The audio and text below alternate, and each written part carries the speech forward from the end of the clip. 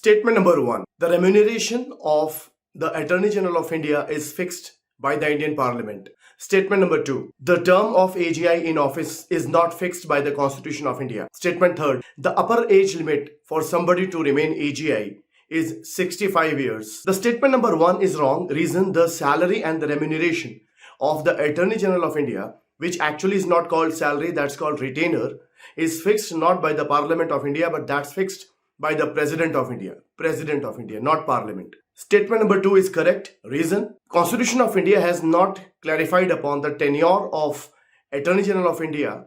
Reason, it writes that Attorney General of India will be in office till the pleasure of president.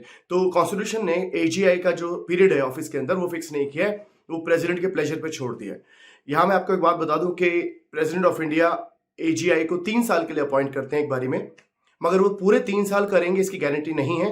President कभी भी उनको हटा सकते हैं. तो कॉन्स्टिट्यूशन ने अपनी तरफ से, जैसे इलेक्शन कमीशन के केस में 6 इयर्स इन ऑफिस और 65 इयर्स ऑफ एज फिक्स किया है, एजीआई के केस में ऐसी कोई फिक्स टेन्योर नहीं दिया गया. साथ ही एजीआई बनने के लिए क्वालिफिकेशन चाहिए सुप्रीम कोर्ट जज, मगर रिटायरमेंट एज सेम नहीं है. सुप्रीम कोर्ट जज 65 साल में रिटायर हो जाते हैं, मगर ऐसी कोई retirement age attorney general of India के केस में फिक्स नहीं है, ना तो कॉन्स्टिट्यूशन में ना ही लॉ के अंदर.